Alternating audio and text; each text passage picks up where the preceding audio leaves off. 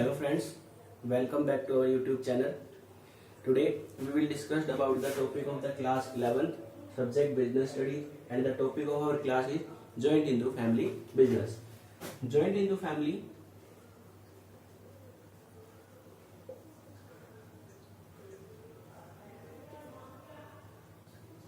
means a family in which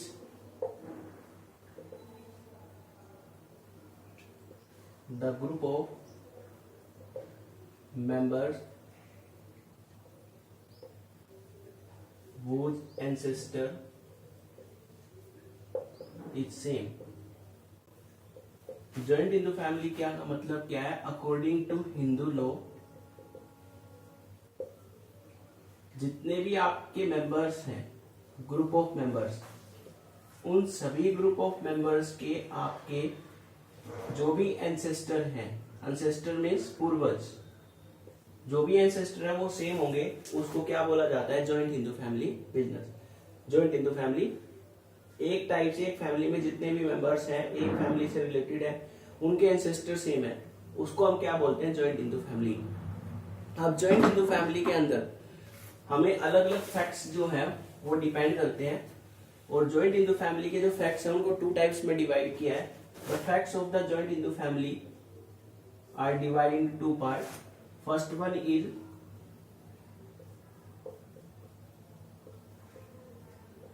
corporate salary, and the second one is common property. The facts of the joint Hindu family is divided into two parts: corporate salary as well as the common property. The corporate salary means that common ownership in the ancestor,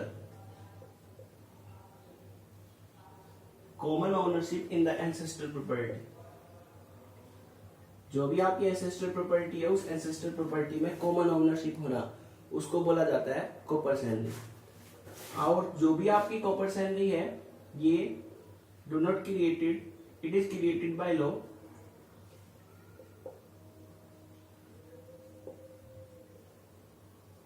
not by any contract. ये आपके किसी भी type के contract से create नहीं होगी, ये आपकी लॉ से क्रिएट है। According to the Hindu law, आपकी जो है कॉर्पोरेट सैलरी को बोला गया है, कॉर्पोरेट सैलरी के अंदर कॉमन ओनरशिप होती है एंसेस्टर प्रॉपर्टी की। जो भी एंसेस्टर प्रॉपर्टी है, उस एंसेस्टर प्रॉपर्टी पर जो भी कॉमन ओनरशिप होगी, उसको क्या बोला जाता है? Corporate salary. इसके साथ साथ जो भी एक पर्टिकुलर इंडिविजुअल पर्सन है, वो इंडिविजुअल पर्सन इस फैमिली के अंदर क्या बोला जाता है? Coparcener. कहने का मतलब एक particular every individual in a joint Hindu family is known as the coparcener because he has right in the ancestor property after the birth, and he can ask for the division of the property. आपकी जो corporate salary है, इसका मतलब है ancestor property के अंदर common ownership होना। ये लॉ के अकॉर्डिंग क्रिएट की जाएगी, किसी भी टाइप का कोई कॉन्ट्रैक्ट है उसके अकॉर्डिंग क्रिएट नहीं होगी। जितने भी आपके इंडिविजुअल पर्सन है, वो इंडिविजुअल पर्सन जो है उसमें कॉर्पोरेट सैलर के नाम से जाने जाएंगे, और ये कॉर्पोरेट सैलर आपकी कॉमन प्रॉपर्टी के डिवीजन की बात कर सकता है, उसकी डिमांड कर सकता है, उसको बोलते हैं corporate Saylor. Now the second fact is common property.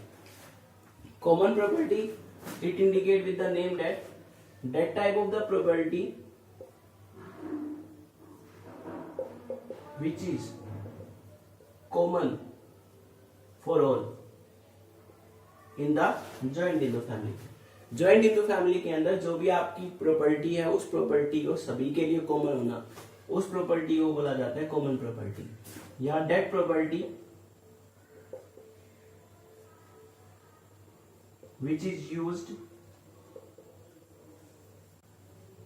for the welfare of the members. एक जॉइंट हिंदू फैमिली में जितने भी मेंबर्स हैं, उस मेंबर्स के वेलफेयर के लिए जो प्रॉपर्टी है, उस प्रॉपर्टी को यूज किया जाए, उसको क्या बोला जाएगा? Common property. ये कह सकते हैं बिजनेस ऑर्गेनाइजेशन के अकॉर्डिंग टू हिंदू लॉ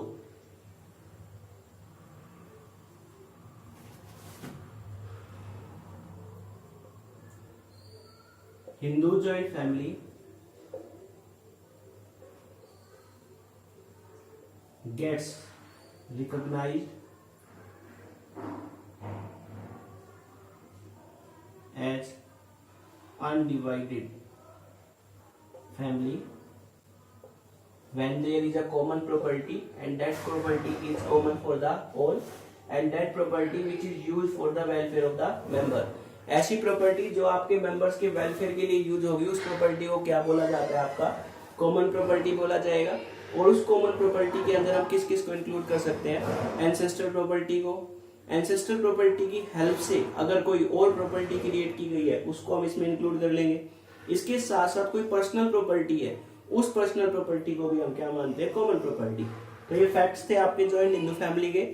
इसके बाद हम फैक्ट्स के अलावा जॉइंट हिंदू फैमिली के अंदर अब स्कूल ऑफ हिंदू लॉ कर रहे हैं। जॉइंट हिंदू फैमिली के अंदर आपकी स्कूल ऑफ हिंदू लॉ है। स्कूल ऑफ हिंदू लॉ को 2 टाइप्स में डिवाइड किया है। School of Hindu law 2 types के लॉ है आपके। फर्स्ट वन है आपका मिथाक्षरा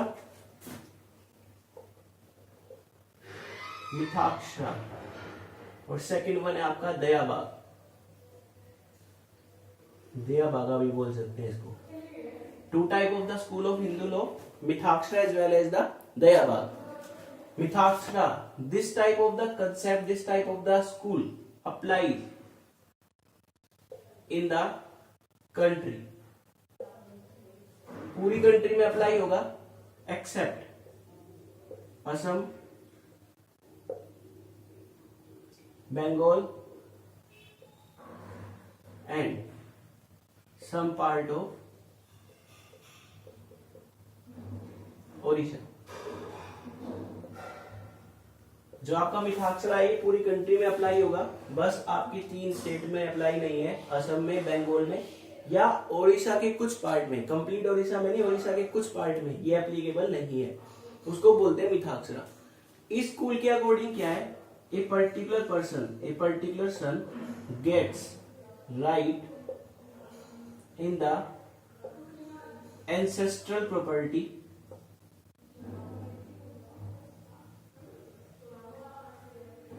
as his father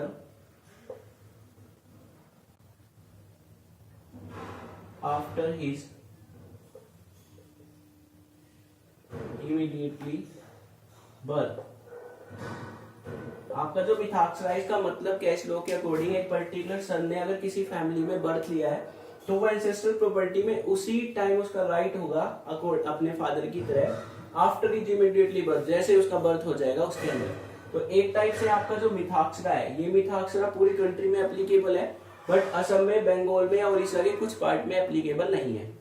और साथ ही साथ इसका मेन जो फंक्शन है वो ये है कि इसके अंदर कोई भी पर्टिकुलर सन है, एक सन जैसे एक फैमिली में बर्थ लेगा, बर्थ लेते ही वो उस फैमिली का मेंबर बन जाएगा और उसका उस फैमिली की जो एंसेस्ट्रल प्रॉपर्टी है उस एंसेस्ट्रल प्रॉपर्टी में राइट होगा, उसे शेयर मिलेगा एज हिज फादर राइट।